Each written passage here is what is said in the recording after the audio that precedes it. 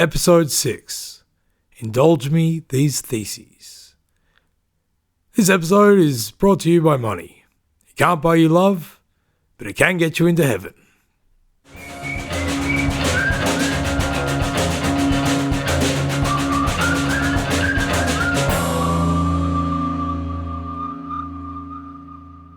We are almost there. We're almost at the point of Luther's greatest resistance. But before we get to his defiance, we need to talk about indulgences. Because it is indulgences that push Luther into doing what he would do. So please, indulge me. Hundreds of years before Luther, in the early days of Christianity, it was an oppressed religion within the officially pagan Roman Empire. Many Christians, protecting their identity as Christians, had sacrificed to the old Roman gods. Now, to regain admittance to the Church of St. Peter later on, they would need to produce a document with the signature of a Christian martyr or a confessor. A confessor was someone who had been persecuted as a Christian but who hadn't died as a martyr. It needed to be a document with the signature of someone with enough spiritual clout, enough cred to vouch for them coming back into the church. What this did is it created a role in Christendom. It created a role where there was someone who could effectively mediate between you and God, or the spiritual realm.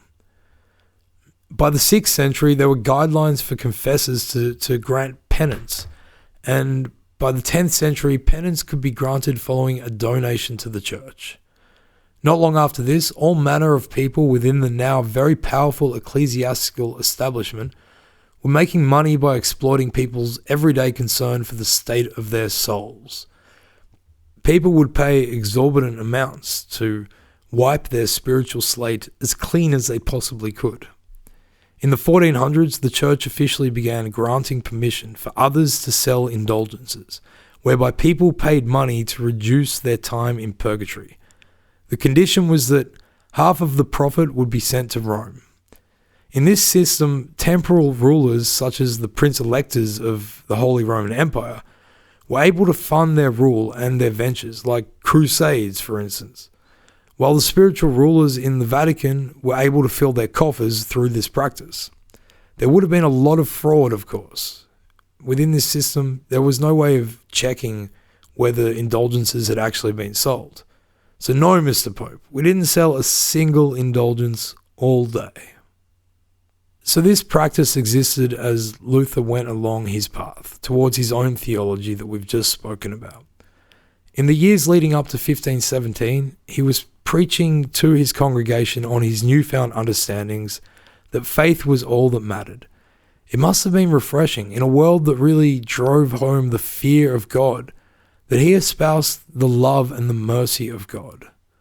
Scott Hendricks, who wrote the recent Martin Luther, the Man and His Vision, wrote, quote, "His initial good was to teach that God was beneficent instead of punitive, and that Christianity was about trusting God and loving others instead of earning a ticket to heaven."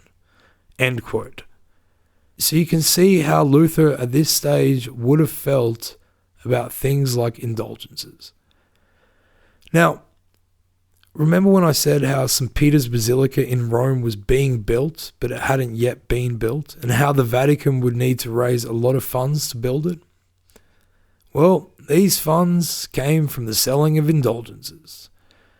What happened is a guy called Johann Tetzel, who was a Dominican friar, he was given the job of selling indulgences in Germany for this cause. At the same time, the Archbishop of Mainz, one of the 7 electors, he was a guy called Albert of Brandenburg. To raise the money for his appointment as Archbishop, he had borrowed a lot of money from a banking family called the Fuggers. He was desperate to pay the Fuggers back because they wouldn't leave him alone about it. They sent an agent with him just minding his coffer.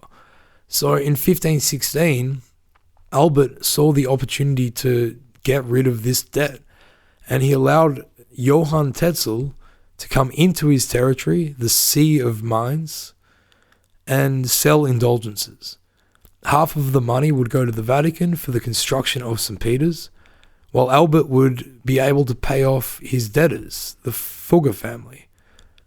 Obviously, everybody was totally cool with this whole system, and there was no reaction at all. The Vatican had deemed it godly, and nobody was going to go against the Vatican, right? Except, of course, bloody Martin Luther.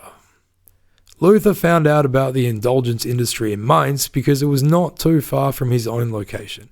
His congregation were able to travel to Tetzel and buy indulgences. So word started to filter back to Luther.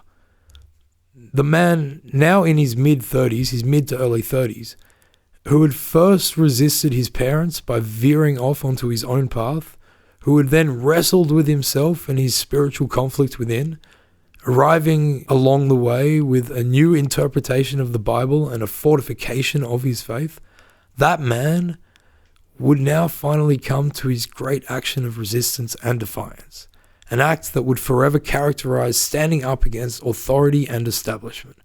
In the most symbolic and dramatic way possible, on the 31st of October, 1517, Martin Luther walked slowly up to the church door in his town of Wittenberg.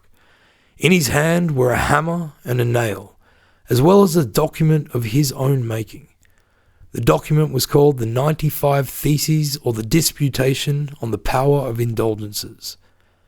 Reaching the door of the church, you can see Luther hesitate, fully understanding the ramifications of what he was about to do. But he moves forward, determined and armed with his world-changing and unshakable faith. He holds the document up to the door, nail pinched between his finger and his thumb. He brings the hammer down with a crack. The echo whips across the town on the brisk late autumn air. With each blow, he exposes another crack in the foundation of order and reality. Soon the nail is submerged in the door, but another door for European humanity has opened. A door to the future, with Martin Luther and his defiance leading the way. What a great and inspirational story that is. A tale for the ages of resistance, defiance in the face of immense power. I love this story.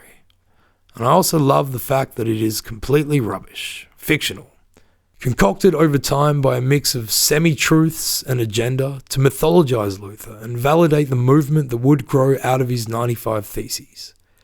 In the next episode, we will go through Luther's resistance, what the 95 Theses were, and how the church and others reacted to it.